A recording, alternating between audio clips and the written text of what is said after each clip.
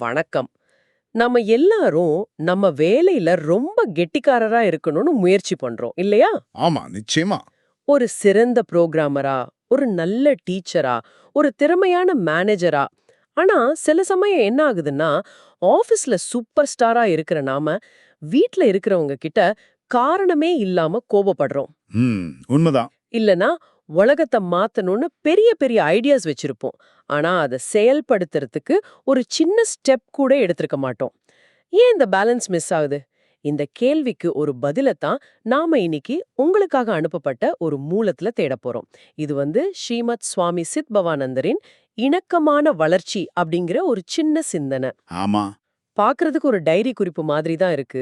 ஆனா இதுக்குள்ள ஒரு பெரிய வாழ்க்கை தத்துவமே இருக்கு. வாங்க இதுக்குள்ள என்ன இருக்குன்னு கொஞ்சம் ஆழமா அலசி பார்க்கலாம். பார்க்கலாம். சரி, இந்த உரையின் முதல் மதையே ஒரே ஒரு குண்ட தூக்கி போடுற மாதிரி இருக்கு. பெரும்பாலான மக்கள் தங்கள் மன வளர்ச்சியில் ஒருதலைப்பட்சமாக உள்ளனர். ஒரு முழுமையான திறமையாளர் கிடைப்பது அரிது. இந்த ஒருதலைப்பட்ச வளர்ச்சி அப்படிங்கிறது கேட்கவே ஒரு மாதிரி இருக்கு. நிஜ வாழ்க்கையில இது எப்படி இருக்கும்? இது இன்னைக்கு நாம பார்க்குற உலகத்தையே நேரடியா சொல்லுது. நம்ம சமூகம் ஸ்பெஷலைசேஷன் அப்படிங்கிற ஒரு விஷயத்த ரொம்ப ஊக்குவிக்குது, சரியா? ஆமா ஆமா. ஒரு குறிப்பிட்ட துறையில நீங்க ஒரு மேதையா இருக்கலாம். உதாரணத்துக்கு, ஒருத்தர் ஒரு அற்புதமான அறுவை சிகிச்சை நிபுணரா இருக்கலாம்.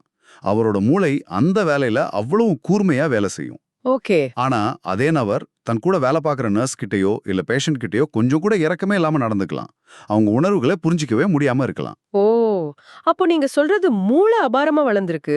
ஆனா ஆனா இதையும் அந்த வளர்ச்சிக்கு ஈடு கொடுக்கல. ஆ, இதுதான் ஒரு தலைப்பட்ச வளர்ச்சி. மிகச்சரி. இது ஒரு வகை. இன்னொரு வகை கூட இருக்கு. சொல்லுங்க. சில பேர் இருப்பாங்க. அவங்க மனசுல அவ்ளோ அன்பு, அவ்ளோ கருணை இருக்கும்.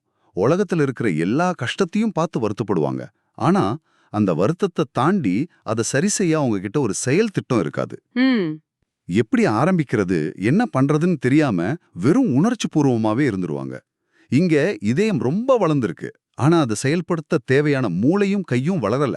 இது கேக்கும்போது எனக்கு நான் ஒவ்வொரு வருஷமும் போடுற நியூ இயர் ரெசல்யூஷன் தான் ஞாபகத்துக்கு வருது. சொல்லுங்க பாப்போம். என்ன ரொம்ப நல்லாதான் இருக்கும்.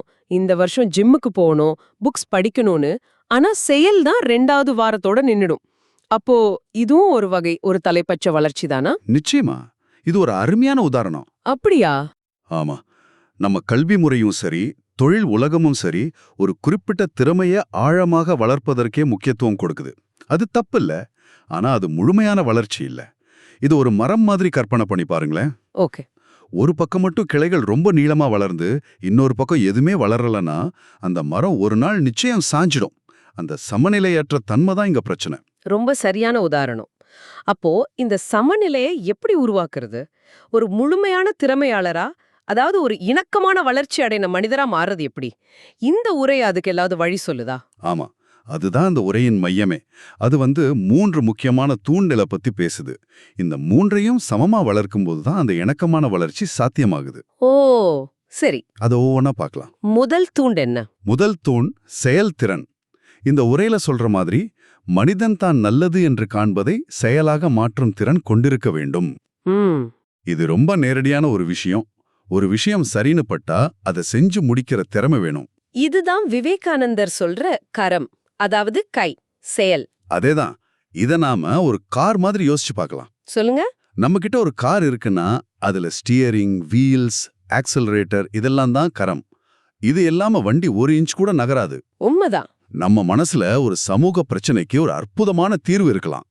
ஆனா அதை வெறும் சிந்தனையாக வச்சிருந்தா அதனால யாருக்கு என்ன பிரயோஜனம்? அந்த ஐடியாவை ஒரு ப்ராஜெக்டா மாத்தி அதை செயல்படுத்துறதுக்கு தேவையான திறமை இருக்கு இல்லையா, அதுதான் இந்த முதல் தூண். நீங்க சொல்றது ரொம்ப சரி. நிறைய பேரு ஐடியா ஸ்டேஜ்லயே நின்னுடுறாங்க. அந்த ஐடியாவுக்கும் செயலுக்கும் நடுல ஒரு பெரிய பள்ளம் இருக்கு. ஆமா, அதை தாண்டறது தான் இந்த கரம். கரெக்ட். அந்த பள்ளத்துக்கு பெயர் தயக்கம், சோம்பேறித்தனம் இல்லைன்னா சரியான திட்டமிடல் இல்லாதது. இந்த முதல் காரணி நம்ம நோக்கங்களை வெறும் கனவா இல்லாம நிஜமா மாத்திர திறனை பத்தி பேசுது. சரி, ஒருத்தர்கிட்ட செயல்திறன் மட்டும் இருந்தா போதுமா? ஹிட்லர் கூட ரொம்ப செயல்திறன் மிக்கவர் தானே? நல்ல கேள்வி. அவரோட திட்டங்களை ரொம்ப திறமையா செயல்படுத்தினாரு. ஆனா அது உலகத்துக்கே அழிவை கொண்டு வந்துச்சு. அப்போ அந்த செயலுக்கு பின்னாடி இருக்கிற நோக்கம், அந்த அன்பு முக்கியம் இல்லையா? ஒருவேளை இதுதான் அடுத்த புள்ளிக்கு நம்மள கூட்டிட்டு போகுதோ? மிக அருமையான கேள்வி. இதுதான் 2வது தூணுக்கு நம்மள கூட்டிட்டு போகுது. அன்பு. ஓகே. இந்த உரையில சொல்றாங்க, அனைத்து உயிர்களும் ஒரே மூலத்தில் இருந்து வந்ததால் அவற்றை அவன் நேசிக்க வேண்டும். இது ரொம்ப ஆழமான வரி. ஆமா, இது தனிப்பட்ட செயல்திறனை பத்தி பேசாம மத்தவங்களோட நமக்கு இருக்கிற உறவை பத்தி பேசுது. இது விவேகானந்தரோட இதயம். ஆமா, நம்ம கார் அனாலஜிக்கு திரும்பி வருவோம். கரம்ங்கிறது ஸ்டீரிங் மற்றும் வீல்ஸ்னா, இதயம் அப்படிங்கிறது இன்ஜின் ஆயில் மாதிரி. ஓ, இன்ஜின் ஆயில். அது இல்லாம இன்ஜின் ஓடும், ஆனா சீக்கிரமே சூடாகி ஒண்ணுக்கொண்ணு உரசி மொத்த சிஸ்டமும் வீணா போயிடும். இந்த அன்பு தான் நம்ம செயல்கள் எல்லாம் சுமூகமா, யாருக்கும் பாதிப்பில்லாம இயங்க உதவுது. இங்க அன்புங்கிறதுக்கு ஒரு காரணமும் சொல்லப்படுது. ஒரே மூலத்திலிருந்து வந்ததால். அப்போ இது வெறும் ஒரு சென்டிமெண்டல் உணர்ச்சி இல்ல, இல்லவே இல்ல. ஒரு தத்துவ புரிதல். அதுதான் முக்கியமான விஷயம். இது ஏதோ ஒரு மகோகோ உணர்வு அல்ல. நாம் எல்லாரும் அடிப்படையில ஒண்ணு, ஒரே சக்தியின் வெளிப்பாடுகள் அப்படிங்கிற ஒரு ஆழமான புரிதல்ல இருந்து வர்ற அன்பு இது. ஒருத்தர் நமக்கு பிடிச்சவரா இருக்கிறதாலேயோ இல்ல அவரை நல்லவரா இருக்கிறதாலேயோ நேசிக்கிறது இல்ல. அவர் நம்மளோட ஒரு பகுதிங்கிற புரிதல்ல நேசிக்கிறது. இந்த அன்பு இருக்கும்போது நம்ம செயல்திறன், அதாவது கரம், சுயநலத்துக்கோ அழிவுக்கோ பயன்படாது. ஓ, அப்போ அது எல்லா உயிர்களோட நன்மைக்காகவும் பயன்படும். கரெக்டா சொன்னீங்க. நீங்க சொல்றது தத்துவ ரீதியா கேட்க நல்லா இருக்கு. ஆனா இன்னைக்கு உலகத்துல சர்வைவ் பண்ணணும்னா ஒரு விஷயத்துல ஸ்பெஷலிஸ்டா இருந்தாதான் முடியும். எல்லாத்துலயும் கொஞ்சம் கொஞ்சம் தெரிஞ்சா jack of all trades master of none ஆகிடுவோமே. ஆமா, அது மட்டும் இல்லாம எல்லா உயிர்களையும் நேசிக்கணும்னு சொல்றது கேட்க நல்லா இருக்கு. ஆனா நடைமுறையில அது சாத்தியமா? நமக்கு தீங்கு நினைக்கிறவங்களை எப்படி நேசிக்கிறது? ரொம்ப பிராக்டிக்கலான கேள்வி. இந்த உரை நம்மள எல்லா வேலையும் விட்டுட்டு சாமியாராக சொல்லல. உங்க துறையில நீங்க ஸ்பெஷலிஸ்டா இருங்க, தப்பே இல்ல. சரி. ஆனா அந்த ஸ்பெஷலைசேஷன் உங்களை ஒரு முழு மனிதனா இல்லாம தடுத்துடக்கூடாதுங்கிறது தான் கருத்து. ஒரு டாக்டர் தான் வேலையில எவ்வளோ கெட்டிக்காரரா இருந்தாலும் தன் குடும்பத்தோட செலவழிக்க நேரம் ஒதுக்குறதும் சமுதாயத்தை பத்தி சிந்திக்கிறதும் முக்கியம். புரியுது. 2வதா, எல்லாரையும் நேசிப்பது அப்படிங்கிறது எல்லாருடைய செயல்களையும் ஏத்துக்கிறதுன்னு அர்த்தம் இல்ல. தீய செயல்களை எதிர்க்கணும்.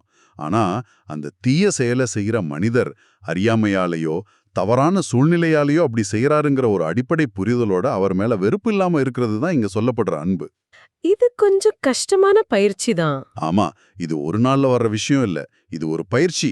இந்த பயிற்சிக்கு நமக்கு வழிகாட்ட தான் 3வது தூண் தேவைப்படுது. ஓ, அப்போ செயலுக்கும் கரம், அன்புக்கும் இதயம் வழிகாட்ட ஒரு விஷயம் தேவை. அதுதான் 3வதா? அதேதான் 3வது மற்றும் இறுதியான தூண், உண்மையை உணர்தல். உண்மையை உணர்தல். உரையில சொல்றாங்க, அவன் இருப்பை ஆளும் உண்மையை புரிந்து கொள்ளும் திறன் கொண்டிருக்க வேண்டும். இதுதான் விவேகானந்தரின் சிந்தனை. இருப்பை ஆளும் உண்மை. இது கேட்கவே ரொம்ப ஆழமா இருக்கே. இது வெறும் பொது அறிவையோ இன்டர்நெட்ல இருந்து தகவல் சேகரிக்கிறதையோ குறிக்கலன்னு நினைக்கிறேன். நிச்சயமா இல்ல. இன்னைக்கு நமக்கு தகவல் பஞ்சம் இல்ல, ஆனா ஞானத்துக்கு பஞ்சம் இருக்கு. ஆமா. இந்த சிந்தனைங்கிறது ஞானத்தை தேடுறது. நம்ம காரணாலஜில இதுதான் நம்மளோட ஜிபிஎஸ்.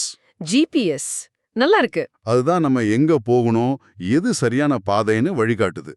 இந்த ஜிபிஎஸ் இல்லாம நம்ம கிட்ட சூப்பரான இன்ஜின், இதயம், நல்ல ஸ்டியரிங், கரம் எல்லாம் இருந்தும் எங்க போறோம்னு தெரியாம சுத்திட்டே இருப்போம். அப்போ நான் யார், இந்த வாழ்க்கையோட நோக்கம் என்ன, எது சரி எது தப்பு மாதிரியான பெரிய கேள்விகளுக்கு பதில் தேடுறது தான் இந்த சிந்தனை. ஆமா, இது நம்ம செயல்களுக்கும் கரம், நம்ம அன்புக்கும் இதயம் பின்னாடி இருக்கிற ஏன் அப்படிங்கிற கேள்விக்கான பதில். ஓ, இந்த ஆழமான புரிதல் இல்லைன்னா நம்ம செயல்கள் திசை தெரியாம போகலாம். நம்ம அன்பு கூட ஒருதலை பட்சமா இருக்கலாம். சில பேர்கிட்ட மட்டும் அன்பு காட்டிட்டு மொத்தவங்கள வெறுக்கலாம். ஆமா, அது நடக்கும். ஆனா எல்லா உயிர்களும் ஒண்ணுங்கிற உண்மையை உணரும்போது சிந்தனை, அந்த அன்பு இதையும் எல்லார்கிட்டயும் சமமா பரவும். நம்ம செயல்கள் கரம் அந்த பரந்த நோக்கத்தோட இணையும். அதனால இந்த 3வது தூண்டு தான் மத்த 2க்குமான ஒரு நங்கூரம். நங்கூரம். ஆமா, அதுதான் நம்ம செயல்களுக்கும் அன்புக்கும் ஒரு நிலையான அடித்தளத்தை கொடுக்குது. அட, இது நான் யோசிச்சு பார்க்காத ஒரு கோணம். அப்போ இது 3ம் தனித்தனி விஷயங்கள் இல்ல, ஒன்னோட ஒன்னு பிணைஞ்சிருக்கு. கரெக்ட். இப்போ எல்லாத்தையும் ஒன்னா இணைச்சு பார்க்கலாம். உரையின் இறுதியில விவேகானந்தரோட மேற்கோள் வருது. கரம், இதயம் மற்றும் சிந்தனையின் இணக்கமான வளர்ச்சியே ஒரு முன்மாதிரி மனிதனின் அடையாளம். ஆமா, இங்கதான் அந்த முழு சித்திரமும் நமக்கு கிடைக்குது. ம். ஒரு முன்மாதிரி மனிதனை பணம், பதவி இல்ல ஒரு துறையில இருக்கிற திறமையால இந்த மூலம் வரையறுக்கல. மாறா இந்த 3 மனித திறன்களோட ஒருங்கிணைப்பால வரையறுக்குது. ஓ, இது ஒரு இசைக்குழு மாதிரி. இசைக்குழுவா? ஆமா. வயலின் வாசிக்கிறார் இதயம், இன்னொருத்தர் தபேலா வாசிக்கிறார் கரம், 3வது ஆள் பாடுறார் சிந்தனை. இது 3ம் சரியான சுருதியில தாளத்துல இணையும் போதுதான் ஒரு அற்புதமான இசை உருவாகும். ஒன்னு பிசகுனாலும் மொத்த பாட்டும் வீணா போயிடும். வாவ்! அந்த இசைக்குழு உதாரணம் நல்ல புரிய வைக்குது. அப்போ ஆழமான புரிதல், அதாவது சிந்தனை இருந்தா நம்ம செயல் அர்த்தமுள்ளதா இருக்கும், நம்ம அன்பு ஆழமானதா இருக்கும். கரெக்ட். வெறும் கடமைக்காக செய்யாம ஏன் செய்றோம்னு புரிஞ்சு செய்வோம். ஆமா. அதே மாதிரி அன்பு, அதாவது இதயம் நம்ம கூட இருக்கும்போது நம்ம செயல் மத்தவங்களுக்கு நன்மை செய்யறதா இருக்குமே தவிர தீங்கு விளைவிக்காது. இரக்கம் இல்லாத செயல்பாடு ரொம்ப ஆபத்தானது. உண்மை. இறுதியா செயல், அதாவது கரம், நம்ம புரிதலையும் அன்பையும் வெறும் வார்த்தைகளா கருத்துக்களா இல்லாம நிஜ உலகத்துல உறுதியானதா மாத்துது. ஆமா. எனக்கு உன் மேல பாசம் இருக்குன்னு மனசுல நினைக்கிறத விட அவங்களுக்கு தேவைப்படும் போது ஒரு சின்ன உதவி செய்யறதுல தான் அந்த அன்பு வெளிப்படுது. அப்போ ஒரு நல்ல சிந்தனையாளர் அதை செயல்படுத்தும் திறனும் எல்லாரிடமும் அன்பு செலுத்தும் இதயமும் கொண்டவராக இருக்கணும். ஆமா. ஒரு நல்ல செயல் வீரர் எதை செய்கிறோம் என்ற புரிதலும் இரக்கமும் கொண்டவராக இருக்கணும். இதுதான் அந்த இணக்கமான வளர்ச்சி. அதுதான். இது ஒரு முழுமையான மனிதனுக்கான வரைபடம். சிந்தனை, உணர்வு, செயல், இந்த 3 நம்ம மனித அனுபவத்தோட முக்கியமான பகுதிகள். இதுல எதையாவது ஒன்ன நாம புறக்கணிக்கும் போதுதான் நாம ஒருதலை பட்சமாக ஆயிடுறோம். இந்த 3ஐயும் ஒன்னா வளர்க்கறது தான் முழுமையான வளர்ச்சிக்கு வழி. ரொம்ப ஆழமான ஒரு விவாதம். ஒரு சின்ன குறிப்பிலிருந்து இவ்ளோ விஷயங்களான ஆச்சரியமா இருக்கு. ஆமா. டாமாரு ஒரு தலைப்பட்ச வளர்ச்சியோட சிக்கல்ல ஆரம்பிச்சு செயல், கரம், அன்பு, இதயம் மற்றும் புரிதல், சிந்தனை, இந்த 3ஐயும் சமமா ஒருங்கிணைக்கிறது மூலமா எப்படி ஒரு தீர்வுக்கு வரலான்னு பார்த்தோம். ஆமா. இந்த உரை ஒரு முன்மாதிரி மனிதன் யார் அப்படிங்கறத ரொம்ப அழகா விவரிக்குது. ஆனா அது எப்படி அப்படி மாறுறதுங்கிற ஒரு முக்கியமான கேள்வி நம்மகிட்ட விட்டுட்டு போகுது. ஆமா. அதுதான் நாம ஒவ்வொருத்தரும் சிந்திக்க வேண்டிய விஷயம். அந்த சிந்தனைய நம்ம நேயர்களுக்கிட்டே விட்டுடலாம். நிச்சயமா. இத நீங்க கேட்டு முடிச்சதுக்கு அப்புறம் உங்க அன்றாட வாழ்க்கைய சும்மா ஒரு நிமிஷம் யோசிச்சு பாருங்க. உங்க வேலை, உங்க குடும்ப உறவுகள், உங்க தனிப்பட்ட நேரம், இது எல்லாத்துலயும் இந்த 3 பகுதிகள்ல கரம், அதாவது செயல், இதயம், அதாவது உணர்வு, அன்பு, பின்ன சிந்தனை, அறிவு, புரிதல், இதுல எதுல நீங்க இயல்பாவே ரொம்ப பலமா இருக்கீங்க? ஒருவேளை நீங்க ஒரு ஆக்ஷன் ஓரியன்டட் பர்சனா இருக்கலாம், எதையாவது செஞ்சுக்கிட்டே இருக்கணும். இருக்கலாம். இல்லன்னா நீங்க ரொம்ப உணர்ச்சி பூர்வமானவரா, உறவுகளுக்கு அதிக முக்கியத்துவம் கொடுக்கறவரா இருக்கலாம். இல்லனா ஒரு சிந்தனையாளரா, எப்பவும் எதையாவது படிச்சுக்கிட்டும் யோசிச்சுக்கிட்டும் இருக்கலாம். இதுல நீங்க யாரு? நீங்க யாருன்னு கண்டுபிடிச்சதுக்கு அப்புறம் அடுத்த கேள்வி, எந்த பகுதிக்கு இன்னும் கொஞ்சம் கவனம் தேவைப்படுது? ஓகே. அந்த பகுதியை மத்ததோட ஒரு சமநிலைக்கு கொண்டு வர்றதுக்கு இன்னைக்கு ஒரே ஒரு சின்ன செயலை உங்களால என்ன செய்ய முடியும்? உதாரணத்துக்கு, நீங்க எப்பவும் சிந்திச்சுக்கிட்டே இருக்கிற ஆளா இருந்தா, இன்னைக்கு ஒரு 5 நிமிஷம் யாருக்காவது ஒரு சின்ன உதவி செய்ய முயற்சி பண்ணலாமா? நல்ல யோசனை. ஒரு ஃபோன் கால் பண்ணி விசாரிக்கிறது கூட ஒரு செயல்தான். அதே போல நீங்க எப்பவும் பரபரப்பா வேலை செஞ்சுட்டே இருக்கிற ஆளா இருந்தா ஒரு 5 நிமிஷம் ஒதுக்கி, நான் ஏன் இந்த வேலையை இவ்ளோ வேகமா செய்றேன், இதோட நோக்கம் என்னன்னு அமைதியா சிந்திக்க முயற்சி பண்ணலாம். ஆமா. இது நீங்களே ஆராய்ந்து பார்க்க வேண்டிய ஒரு பயணம். இந்த சமநிலையை தேடுற பயணம் தான் இணக்கமான வளர்ச்சி.